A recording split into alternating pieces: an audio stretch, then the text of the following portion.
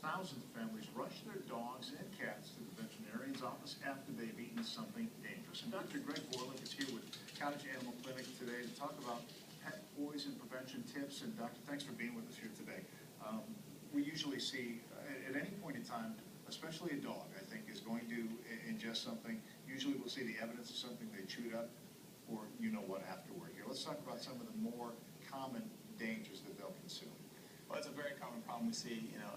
Dogs and cats are curious, so left alone unsupervised, they often get into mischief. So the most common ones that we see are medications. So your prescription medications, over-the-counter medications, and even veterinary medications if used inappropriately. So, don't use the dog flea medicine on the cat. If you want to use an over-the-counter medication, call me at Cottage Animal Clinic and we'll talk about a safe option. And the most important thing is to keep the medication secure. Put it in the medicine cabinet. Don't leave it on the nightstand. Even over-the-counter medication like Advil and Tylenol can be very deadly. Those child-proof vials might keep your toddler out, but Dog's teeth. A Labrador's dog, jaw can get those pretty quick.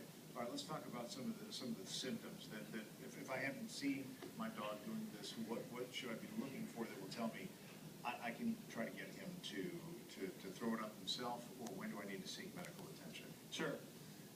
There's such a variety with toxicities. It depends on the size of the animal and what was eaten or exposed to.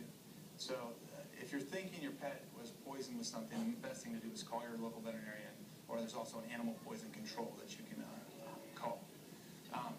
So if you're thinking that's happened, give us a call and we'll try to talk through it. There's a variety of foods, household chemicals, and we mentioned the pills.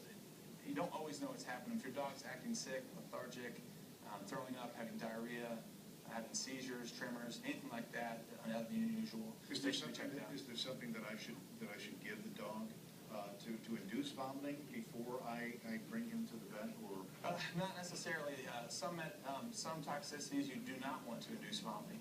So if, for example, if they eat something corrosive, it's going to irritate their esophagus more. We want to keep it in the stomach and then give medication to neutralize it and not have it come back up and cause more damage. All right.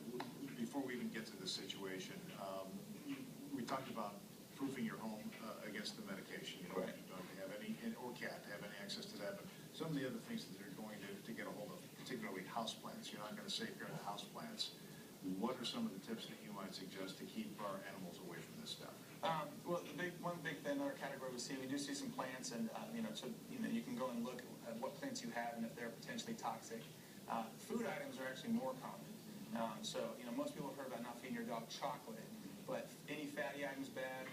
Grapes, raisins, macadamia nuts can be bad. Onions and garlic. And a new one they're seeing is actually sugar-free chewing gum. That can cause a problem in dogs. So keep your purse up so they're not getting into it. And just feed them their pet food. That's certainly what I would recommend. Dr. Borlik, thanks for the tips and the time. We appreciate it this afternoon. No problem. All right, I show over to you.